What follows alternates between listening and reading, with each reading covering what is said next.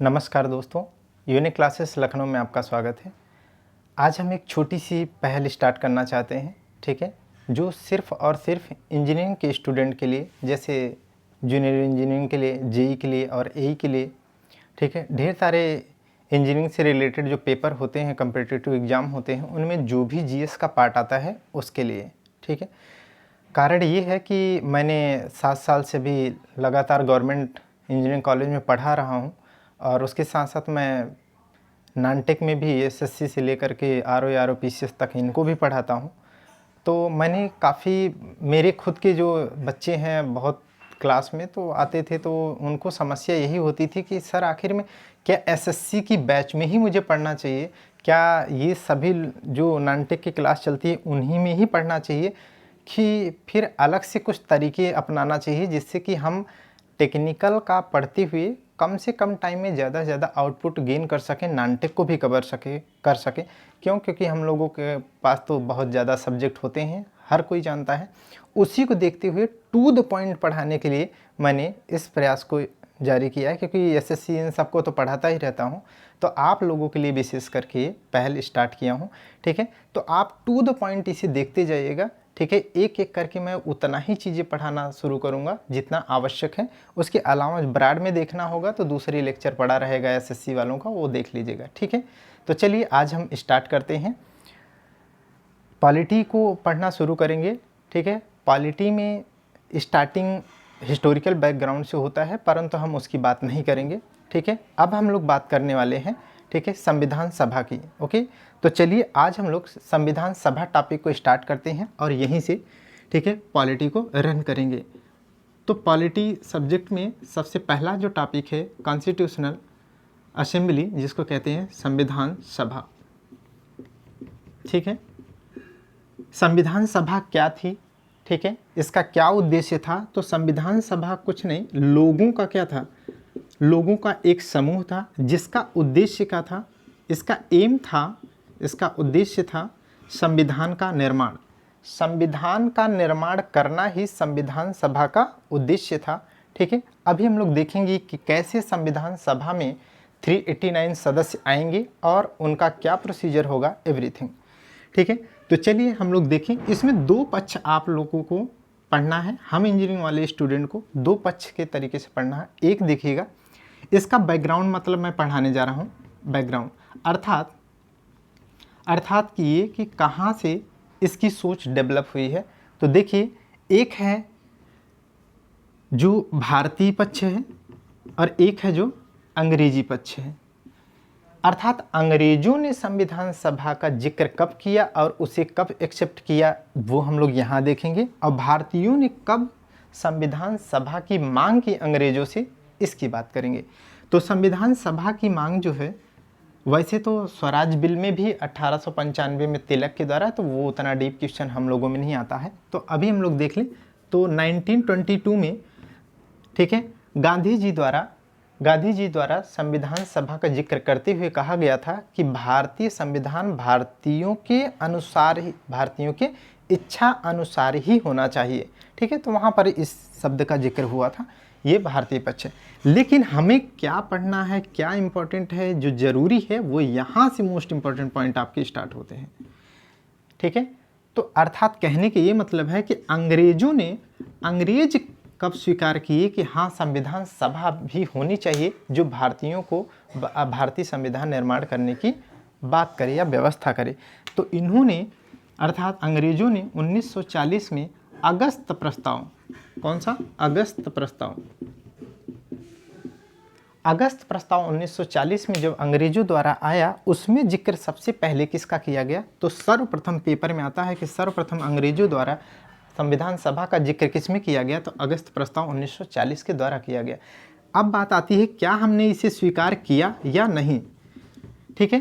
तो हमने इसे स्वीकार नहीं किया, ये हम लोगों के पेपर में नहीं आएगा, परंतु इसे कॉन्सेप्ट के लिए ज़रूरी है, लेकिन ये रटा होना चाहिए।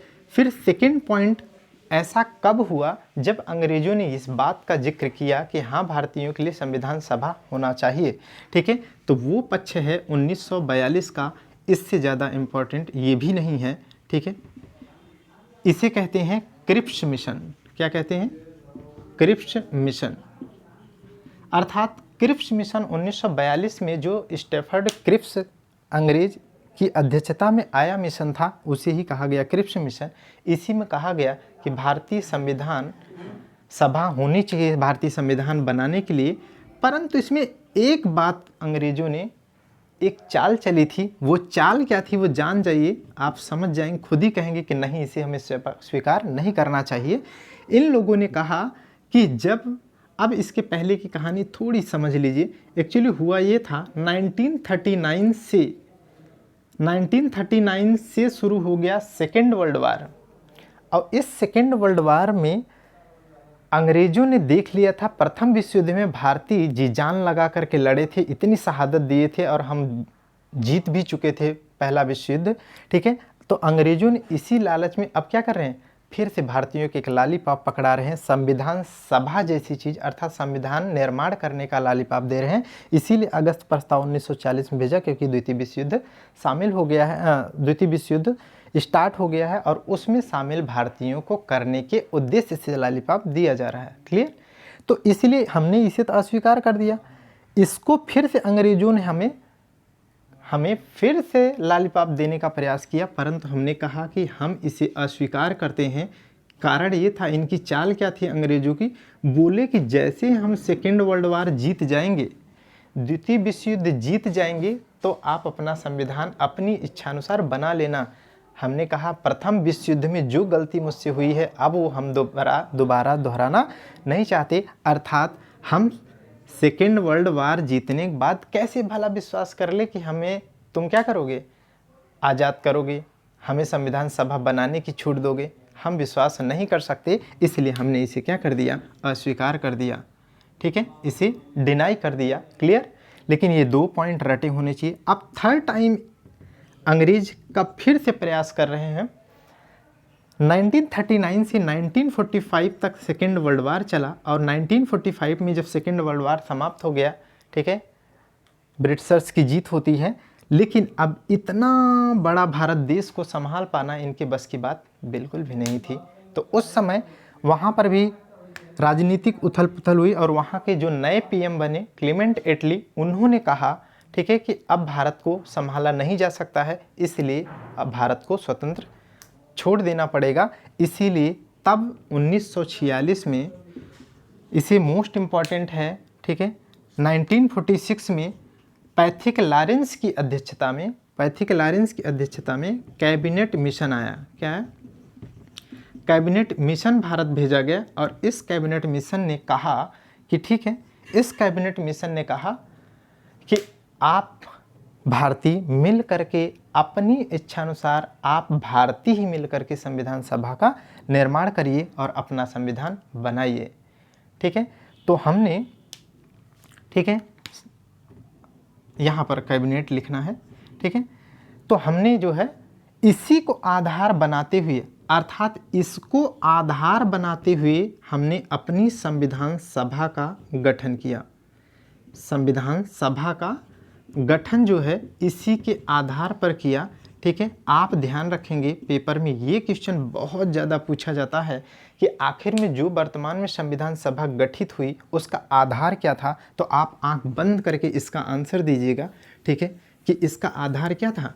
संविधान सभा का आधार 1946 का कैबिनेट मिशन था। अब यहाँ से मैं आपको स्टार्ट करता हूँ। अब हम संविधान सभा का गठन बताते हैं आपको। गठन, आखिर ये संविधान सभा जो गठित हुई कैसे। उस समय भारत की जनसंख्या लगभग 40 करोड़ थी। तो ये हुआ कि 40 करोड़ भारतीयों का प्रतिनिधित्व करने वाली संस्था ही संविधान सभा बने, तभी उससे अच्छा एक संविधान निर्माण हो सकता है। अर्थात सबका प्रतिनिधित्व करना देना था उसमें। इसलिए हमने क्या किया, तब के संविधान निर्माताओं ने कहा कि क्यों ना हम ऐसा करें कि 40 करोड़ की जनसंख्या है, हर 10 लाख की जनसंख्या पर एक सदस्य को क्या कर लिया जाए, निर्वाचित कर लिया जाए और उन्हीं सदस्यों का समूह मिला करके क्या बना दिया जाए, संविधान सभा बना दिया जाए। और ऐसा ही हुआ। 10 लाख की जनसंख्या, ये बहुत इंपॉर्टेंट क्वेश्चन है, प्रत्येक 10 लाख की जनसंख्या पर एक सदस्य का निर्वाचन किया गया और इस प्रकार टोटल 389 सदस्यों को मिला करके संविधान सभा का गठन कर दिया गया। अब इसमें आपको थोड़े से देख लें तो आप देखेंगे कि 296 सीटें जो है वो तब की जो ब्रिटिशर्स भारत में जिस क्षेत्र पर ब्रिटिशर्स रूल करते थे वहाँ से थी निर्वाचित, और इसमें 93 सीट जो थी वो देसी रियासतें अर्थात देसी जो राजा हुआ करते थे तब, जो प्रत्यक्ष रूप से अंग्रेजों के नियंत्रण में नहीं थे लेकिन अप्रत्यक्ष रूप से थे, उनके द्वारा। ठीक है, लेकिन ये क्वेश्चन तो उतने इम्पोर्टेंट नहीं है जितना कि अब मैं आपको बताता हूँ मोस्ट इम्पॉर्टेंट हम लोगों के पेपर के लिहाज से। ठीक है, वो ये है कि इसमें महिलाएं कितनी थी।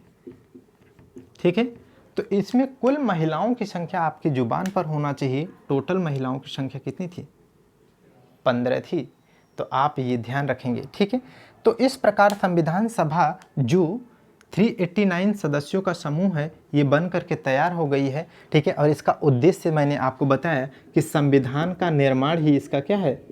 उद्देश्य है। ठीक है, इस प्रकार अब ये संविधान सभा गठित हो चुकी है और बनने जा रही है। ठीक है, अब ये संविधान बनाया जाएगा। देखिए कैसे संविधान बनाया गया है, इस बात को देखते हैं। इन्हीं संविधान सभा के सदस्यों ने, ठीक है, कई समितियों का गठन किया, अर्थात काम को बांट करके अलग अलग समितियों को दे करके काम को बांट दिया और आसानी से ताकि संविधान को बनाया जा सके। ठीक, लेकिन अब इसकी बैठक, यहाँ से आपके पेपर में कितने क्वेश्चन आते हैं वो मैं आपके लिए एकदम फिल्टर करके लाया हूँ। एकदम रट जाइए, जैसे मैं पढ़ा रहा हूँ वैसे ही आप। प्रथम बैठक मोस्ट इम्पॉर्टेंट है कि इसकी प्रथम बैठक अर्थात संविधान सभा की प्रथम बैठक कब हुई, तो रटा होना चाहिए। कब हुई? 11 दिसंबर 1946 को। 11 दिसंबर 1946 को पहली बैठक हुई। और इससे ज़्यादा इम्पोर्टेंट क्वेश्चन है कि इसकी अध्यक्षता किसने की? तो इसके अध्यक्ष थे डॉक्टर सच्चिदानंद सिन्हा। कौन थे? डॉक्टर सच्चिदानंद सिन्हा इसके अध्यक्ष थे। परंतु इससे बेहतरीन क्वेश्चन ये है कि ये अस्थायी थे या अस्थायी थे? तो अस्थायी थे। इसका मतलब ये है कि ये टेम्परोरी थे।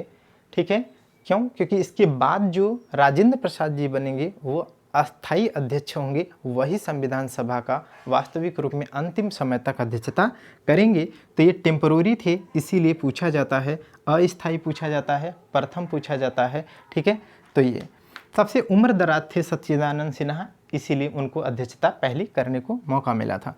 अब हम सेकेंड टाइम देख लें तो सेकेंड जो बैठक हुई थी इसकी, ठीक है, वो डेट भी आपको पता होनी चाहिए। ये हुई थी, सॉरी, ये फर्स्ट जो बैठक है ये 9 दिसंबर को है और सेकेंड जो है वो 11 दिसंबर को है। 11 दिसंबर अर्थात 11 दिसंबर 1946 को सेकेंड बैठक हुई। इसमें देखिए दो बातें आपको ध्यान रखनी है। ठीक है, एक तो डेट याद रखनी होनी चाहिए और एक अब इसके जो अध्यक्ष हैं, ये अध्यक्ष हैं आपके डॉक्टर राजेंद्र प्रसाद। कौन है? डॉक्टर राजेंद्र प्रसाद। ठीक है, जो आगे चल कर के क्या बनेंगे? हमारे देश के प्रथम राष्ट्रपति बनेंगे। और ये अस्थाई हैं कि अस्थाई? तो ये थे स्थाई। यहाँ पर आप स्टार लगा लेना, यहाँ डबल स्टार लगा लेना, यहाँ सिंगल स्टार लगा लेना। इससे आपको पता चलेगा कि ऊपर वाली बात से नीचे वाली कहीं ना कहीं स्टार वाली बात लिंक है, तो कभी कन्फ्यूजन नहीं होगा, कभी भी आपका आंसर गलत नहीं होगा। ये सारी वो टूल्स मैं आपको बता रहा हूँ जो आपको मार्क गेन कराएंगे। इस प्रकार से बैठक हुई। अब हम लोग इसे आप स्क्रीनशॉट ले लीजिए। ठीक है, उसके बाद मैं आपको आगे बताता हूँ। ठीक है, चलिए। इस प्रकार अब हम लोग देखते हैं कि कैसे संविधान बनता है हम लोगों का। तो ये 389 जो सदस्य हैं ये अलग अलग समितियों में काम बांट करके काम कर रहे हैं। 11 दिसंबर को सेकेंड हो रही, 9 को पहला, 9 दिसंबर, फिर 11 दिसंबर। ठीक है, अब देखिए आपको जो डेट रखनी है वो 13 दिसंबर की है। ये डेट बहुत इंपॉर्टेंट है, मोस्ट इम्पॉर्टेंट है। क्यों है? क्योंकि 13 दिसंबर को ये हुआ कि आखिर संविधान बने तो बने कैसे, संविधान बनेगा कैसे, इस बात पर विवाद, ठीक है, इस बात पर चर्चा होते दौरान पंडित नेहरू द्वारा एक प्रस्ताव रखा गया जिसे कहा गया उद्देश्य प्रस्ताव। एकदम रटा होना चाहिए उद्देश्य प्रस्ताव, ठीक है। इस उद्देश्य प्रस्ताव को रखा गया नेहरू द्वारा संविधान सभा में कब, ये डेट थी आपकी 13 दिसंबर को, ठीक है। इस प्रस्ताव में क्या था, ये एक रोड मैप था। जैसे हम इंजीनियरिंग के स्टूडेंट हैं तो आसानी से समझते हैं, जब भी ड्राइंग बनानी होती है तो उसके आउटलाइन पूरी खींचते हैं, उसके बाद में कहाँ क्या होगा वो एक रोड मैप तैयार करते हैं और आसानी से उसके बाद सारे डेटा इसमें फिट करते चले जाते हैं। ठीक उसी प्रकार उद्देश्य प्रस्ताव में नेहरू द्वारा जो उद्देश्य प्रस्ताव रखा गया तो उसमें ये था कि आखिर में हम भारत को कैसा बनाना चाहते हैं, भविष्य का भारत कैसा होगा, उसमें नागरिकों को क्या हम लोग अधिकार देंगे, ठीक है, या हमारी सरकारें कैसे चलेंगी, या हमारा संविधान पावरफुल है तो पावर किससे मिलेगा और हमारा देश कैसे चलेगा। इन सभी का एक आउट बॉक्स था ये, ठीक है, ड्राफ्ट था जिसके आधार पर आसानी से संविधान को लिखा जा सकता था। देखिए अब ध्यान से, संविधान सभा का गठन का आधार कैबिनेट मिशन है, लेकिन संविधान लिखे जाने का आधार क्या है, ये उद्देश्य प्रस्ताव है, ठीक है। लेकिन संविधान सभा ने इसे 13 दिसंबर 1946 को रखे जाने के बाद इसे उसी दिन एक्सेप्ट नहीं किया था, बल्कि इसे 22 जनवरी ये सब पूछे जाते हैं, 22 जनवरी 1947 को क्या है, संविधान सभा ने इसे क्या किया, स्वीकार किया। अर्थात उद्देश्य प्रस्ताव को संविधान सभा ने कब स्वीकार किया था, तो इसे 22 जनवरी 1947 को, ठीक। और अब जब स्वीकार कर लिया अर्थात रोड मैप मिल गया कि ऐसे ऐसे हमारा देश होना चाहिए, ऐसे हमारे देश के नागरिकों को सुविधा मिलनी चाहिए, ऐसा हमारी सरकारें होनी चाहिए। जब ये रोड मैप मिल गया तो आसानी से बनना आसान हो गया, ठीक है। और इसी प्रकार अब संविधान सभा ने कुल 2 साल 2 वर्ष 11 महीने 11 माह 18 दिन, ठीक है, 18 दिन लगा करके अर्थात 60 देशों का अध्ययन करने के बाद इतने समय के पश्चात हमारा संविधान निर्माताओं ने, संविधान सभा ने 26 नवंबर 1949 को बना करके कर दिया, तैयार कर दिया, ठीक है। अब उसी दिन हमारा संविधान आंशिक रूप से लागू हो गया। फिर 26 जनवरी 1950 को हम पूरी तरीके से लागू कर देते हैं। तो इस प्रकार संविधान सभा के बारे में हम लोगों ने डिस्कस किया, क्या है क्या नहीं, ठीक है। अब हम लोग इसके बाद वाली जो टॉपिक नेक्स्ट क्लास में पढ़ेंगे वो ये है कि जो संविधान सभा ने, ठीक है, अपने काम को बांटा था, अर्थात ढेर सारी समितियां बनाई थी, ठीक है, उन समितियों के बारे में पढ़ेंगे। वो समितियां बहुत इम्पॉर्टेंट हैं, जैसे प्रारूप समिति है, ठीक है, प्रारूप समिति जो BR अम्बेडकर जी जिसको लीड करते हैं, अध्यक्ष होते हैं। झंडा समिति, नियम समिति, संचालन समिति, ठीक है, देसी रियासतों से बात करने संबंधी समिति, सभी डॉक्टर राजेंद्र प्रसाद के द्वारा। संघ संविधान समिति, संघ शक्ति समिति, पंडित जवाहरलाल नेहरू, एवरीथिंग, ये बहुत ज़्यादा पूछे जाती हैं समितियाँ, वहाँ से हम लोग बात करेंगे। एक बेहतरीन क्वेश्चन मैं आइए आपको करा देता हूँ जो हम लोगों के पेपर में आता है और अक्सर गलती होती रहती है, वो है BR अम्बेडकर से रिलेटेड, ठीक है। तो डॉक्टर BR अम्बेडकर से रिलेटेड कि ये संविधान सभा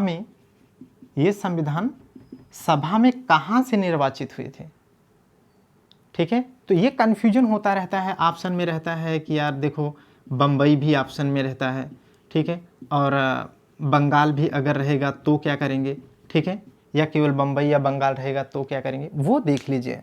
हुआ यूँ था कि जब संविधान सभा में इन्हें आना था तो ये पहले बम्बई से चुनाव लड़े और बम्बई से इन्हें हार मिली, और उसके बाद ये कहाँ से लड़े, लीग की सहायता से, अर्थात मुस्लिम लीग की सहायता से, ठीक है। ये कहाँ से चुनाव लड़े, पूर्वी बंगाल, अर्थात बंगाल के पूर्वी बंगाल से लड़े और पूर्वी बंगाल से जीत जाते हैं और वहाँ से संविधान सभा में आते हैं। लेकिन एक घटना इनके साथ, एक स्ट्रेटजी और हो जाती है। देखिए हुआ यूँ कि 15 अगस्त 1947 को जब हम लोगों का देश आज़ाद हो गया, ठीक है, तो पूर्वी बंगाल, याद है ना, पूर्वी बंगाल जो है वो तो चला गया पूर्वी पाकिस्तान में, पूर्वी बंगाल किस में चला गया, जहाँ से आए थे पूर्वी बंगाल से निर्वाचित होकर के वो किस में चला गया, पूर्वी पाकिस्तान में चला गया। तो ये तो सीट इनकी खाली हो गई वहाँ से। अब ये संविधान सभा के सदस्य रह ही नहीं गए, लेकिन इनकी बहुत ज़्यादा आवश्यकता थी संविधान निर्माण करने में, इसलिए संविधान सभा, ठीक है, संविधान सभा के सलाहकार, ठीक है, मोस्ट इम्पॉर्टेंट पॉइंट ये है, ठीक है, संविधान सभा के जो सलाहकार हैं, एकदम रट लीजिएगा, सलाहकार, ठीक है, वो है B.N. Rao, B.N. Rao, B.N. Rao. यह मोस्ट इम्पॉर्टेंट है हम लोगों के लिए, ठीक है। तो इन्होंने कहा कि इनकी बहुत आवश्यकता है, इसलिए इन्हें अनिवार्य है, तो इनके लिए, ठीक है, बम्बई से, जहाँ से वो हारे थे, तो इन्हें बम्बई से जो चुन करके आए थे M.R. जयकर, इनकी सीट को क्या किया करा, इनकी सलाह के द्वारा M.R. जयकर जो बम्बई से संविधान सभा में निर्वाचित होकर आए थे, उनकी सीट को रिक्त कराया गया इस्तीफा दिला करके, और इन्हीं के इस सीट से किसको, पुनः B.R. अम्बेडकर जी को संविधान सभा में शामिल किया गया। इसलिए पेपर में आता है तो आंसर इसका आपका क्या है, बम्बई है। कोई भी कन्फ्यूजन मत रखिएगा, एक भी कन्फ्यूजन नहीं होना चाहिए, बिल्कुल राइट है, ठीक है। सलाहकार रटे होने चाहिए, ठीक है, कहाँ से आए ये रटा होना चाहिए, कितने सदस्य थे, उससे भी ज़्यादा इम्पोर्टेंट है कितने महिलाएं थी, ठीक है, और बाकी चीज़ें। कल हम लोग संविधान सभा से रिलेटेड टॉपिक पर और बात करेंगे, ठीक है। और जैसी भी क्लास लगती है आप ज़रूर सुझाव दीजिएगा, हाँ सर इसमें इतना इम्प्रूवमेंट करने की आवश्यकता है, और यदि इंजीनियरिंग के लिए ये ज़्यादा बेहतर है, आप सोचिए मैंने बहुत इसे स्टडी किया और मैंने आप सभी को, इंजीनियरिंग को भी पढ़ाया और बाकी सभी को पढ़ा करके ये सब नॉलेज को मर्ज करके ही आपके लिए विशेष पढ़ा रहा हूँ। ओके, ठीक है, तो थैंक यू क्लास।